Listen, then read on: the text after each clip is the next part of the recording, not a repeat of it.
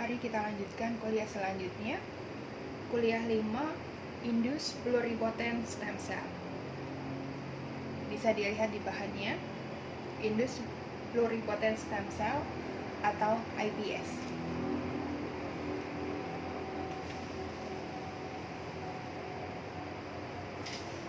Perkembangan teknologi adalah harapan besar untuk regenerasi jaringan dan organ. Itu yang diharapkan dari teknologi stem cell. Tahun 2000-an, orang tua yang mampu secara ekonomi mulai menyimpan stem cell anak-anak mereka untuk berjaga-jaga kalau suatu saat diperlukan. Jadi dari sel darah tali pusat yang ada di tali pusat itu berhasil diambil stem cell-nya, kemudian disimpan di nitrogen cair. Disimpan di nitrogen cair selama bertahun-tahun dan nanti akan digunakan kalau si anaknya itu terkena suatu penyakit. Sampai sekarang masih ada yang berusaha menyimpan sapunca dari tali pusat anaknya. Diharapkan dapat menolong suatu saat kalau anaknya sakit. Tetapi kemudian perkembangan teknologi muncul dengan adanya Indus Pluripotent Stem Cell atau IPS.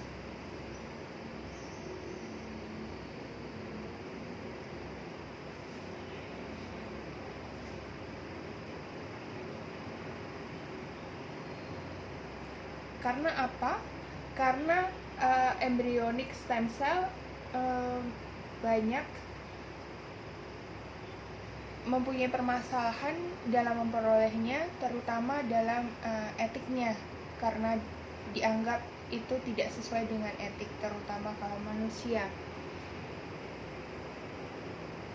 Jadi Indus Pluripotent Stem Cell ini membawa harapan baru untuk sumber stem cell.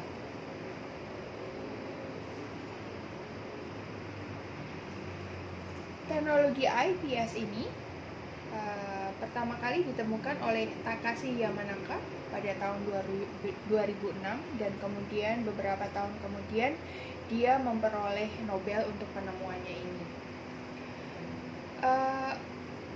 Takashi Yamanaka melaporkan tentang sel fibroblast, sel biasa, sel dewasa yang ada di dalam embryonic mencit.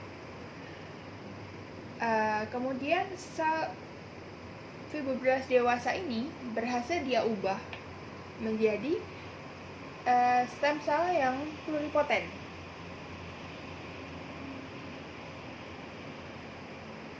Sehingga dibuktikan secara morfologi, proliferasi, dan pluripotensi serta ekspresi gennya itu benar-benar sesuai dengan ekspresi gen yang ada pada stem cell.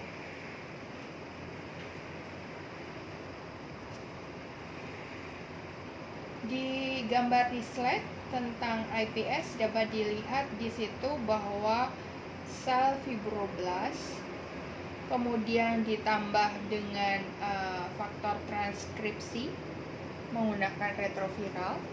Masih ingat pelajaran virus? Virus yang retroviral atau retrovirus itu bisa memberikan RNA-nya ke sel inangnya sehingga si sel inang atau hostnya bisa memproduksi virusnya itu. Perlu diingat bahwa virus itu hanya bisa hidup kalau dia punya inang. Di luar dia akan mati secara perlahan-lahan. Jadi ditemukan 4 faktor transkripsi yaitu KLF4, OCT3 atau 4, kemudian SOX2 dan CMYC. Ini yang membuat si fibroblast tadi bisa berubah menjadi stem cell. dan dia menjadi induced pluripotent stem cell namanya. Jadi sel dewasa yang kemudian diubah menjadi stem cell namanya induced pluripotent stem cell atau iPS, atau ada juga yang menyebut iPSC. Nah, setelahnya nanti bisa diubah menjadi apa saja yang kita inginkan.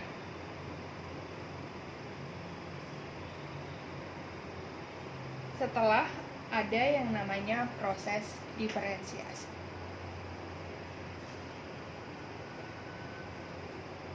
Faktor transkripsi adalah suatu proses induksi, dapat dilakukan dengan menggunakan 4 faktor transkripsi, yaitu OCT3 atau 4, SOX2, CMYC, dan KLF4. Jadi inilah yang bisa mengubah. Masalahnya sekarang bagaimana memasukkannya ke dalam sel, memasukkannya ke dalam inti sel supaya dia bisa berubah karakternya menjadi stem cell.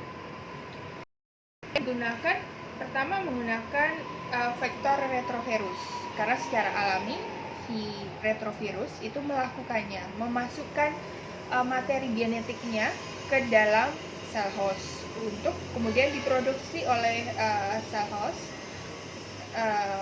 sel atau sel inang, sehingga nanti dihasilkan virus dari materi genetik. Masih ingat ya prosesnya, dari materi genetik kemudian diproses menghasilkan protein ada selubungnya kemudian dikeluarkan.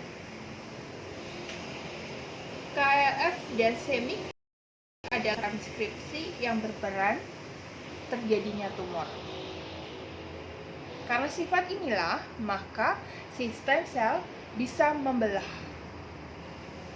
berproliferasi, mengembangkan diri.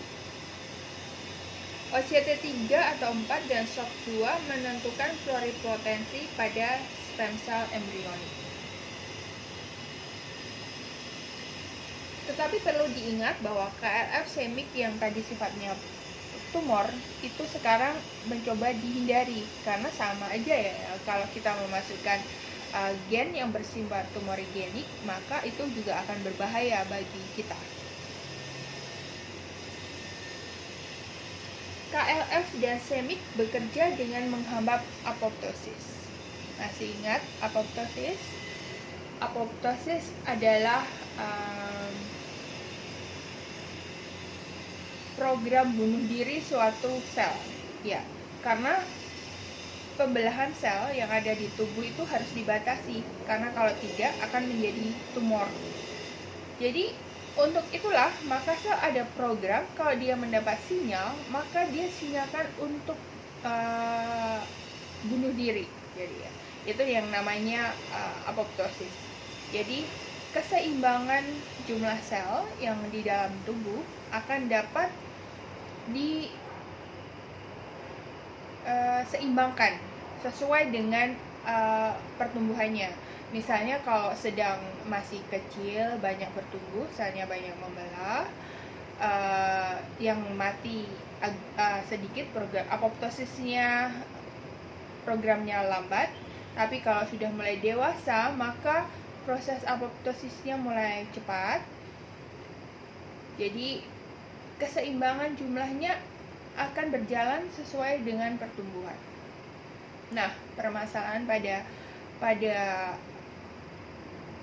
sel kanker adalah apoptosisnya ini berjalan lambat, sehingga sel itu terus membelah, akhirnya merusak di sekitarnya.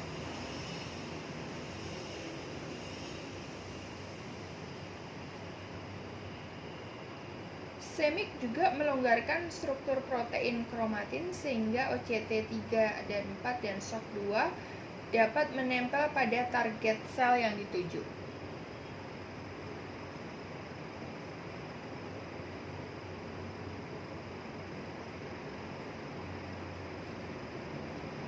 Jadi dia sebagai perantara supaya OCT3, 4, dan SOX yang tadi bersifat bisa bersifat stem cell itu bisa masuk ke membran. Jadi dari sel dia masuk ke membran, dari membran kemudian ke intinya. 4 faktor transkripsi yaitu OCT3 atau 4, SOX2, CMYX, dan KRF, sehingga disebut dengan kuartet Yamanaka.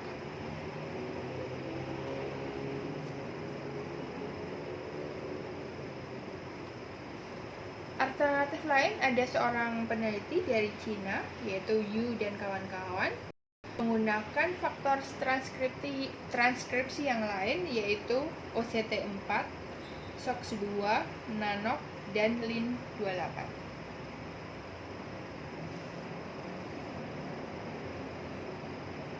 Meskipun begitu, ya, secara penemuan ini bagus, tetapi aplikasi adalah masalah yang lain.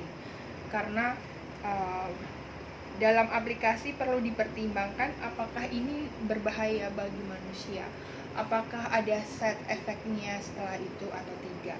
Maka beberapa penelitian masih berlangsung sampai saat ini.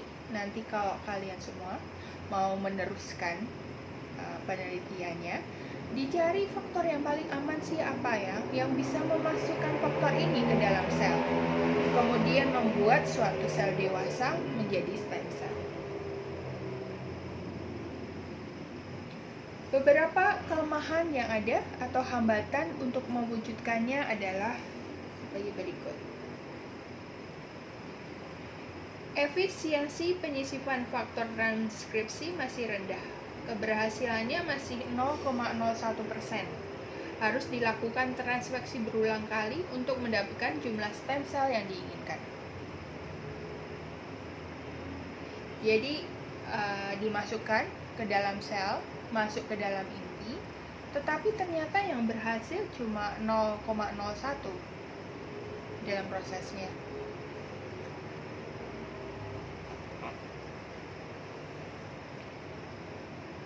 Penggunaan virus sebagai vektor berpotensi mengakibatkan mutasi sel somatis, karena gen virus dapat berintegrasi dengan sel somatis yang diinfeksinya sehingga dapat menimbulkan mutasi gen somatis yang diinfeksikannya di kemudian hari.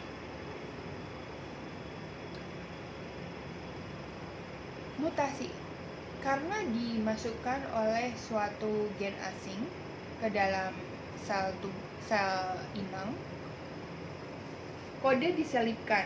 Mungkin nanti bisa mempengaruhi sel inangnya berubah lagi, dan berubah lagi. Jadi ini bisa suatu saat mempengaruhi fungsi dari tubuh, karena mutasi-mutasi yang ditimbulkannya yang kita belum bisa mengontrol semuanya. Jadi ini juga faktor yang menjadi pertimbangan transkripsi melalui vektor. Jumlah faktor transkripsi terlalu banyak sehingga bisa menimbulkan efek samping. Apabila suatu saat ditransfeksi ke manusia, maka kontrol kerja faktor transkripsi tidak dapat dikontrol lagi karena sampai saat ini belum ada teknologi yang dapat mengontrol ekspresi protein. Jadi kita menyelipkan gen di dalam DNA, diproduksi. Demikian terus-menerus. Di dalam tubuh kita tidak memahami sepenuhnya apa yang terjadi. Mungkin nanti ada modifikasinya di dalam setiap tahap, dan mungkin nanti dihasilkan protein yang berbahaya. Kita tidak bisa mengontrolnya, apalagi yang dimasukkan adalah 4 gen baru ke dalam tubuh. Itu masalahnya. faktor transkripsi yang terlalu banyak. Penggunaan gen yang bersifat onkogenik. Tadi KLF dan CMYC sifatnya menghambat apoptosis. Nah, kalau hambat, maka proliferasi selnya akan semakin banyak. Dan ini bisa menimbulkan nanti onkogenitas, artinya bisa tumor, bisa kanker. Masih ingat perbedaan tumor dan kanker? Kalau tumor, dia bisa berproliferasi yang banyak, menimbulkan nanti gumpalan jaringan, tetapi belum merusak yang sekitarnya. Nah, kalau kanker lebih cepat lagi perkembangannya dan bisa merusak sel-sel di sekitarnya. Sampai saat ini masih banyak penelitian untuk memperoleh cara induksi yang efisien dan aman untuk diterapkan pada manusia.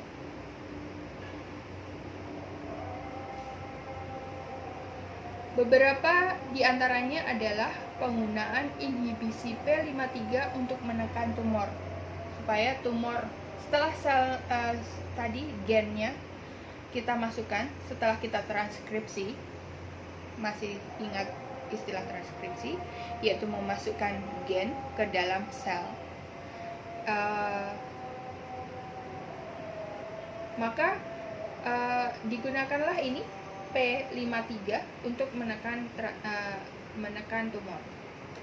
Penggunaan lentivirus sebagai pengganti retrovirus untuk mempercepat produksi. Penggunaan adenovirus dapat mengurangi integrasi genom virus ke sel somatis. Tetapi ini semua masih menggunakan virus-virus ya, perlu diingat dan perlu diwaspadai karena efeknya kita nggak tahu, apalagi dengan ancaman virus saat ini. Demikian tadi kuliah yang tentang IPS.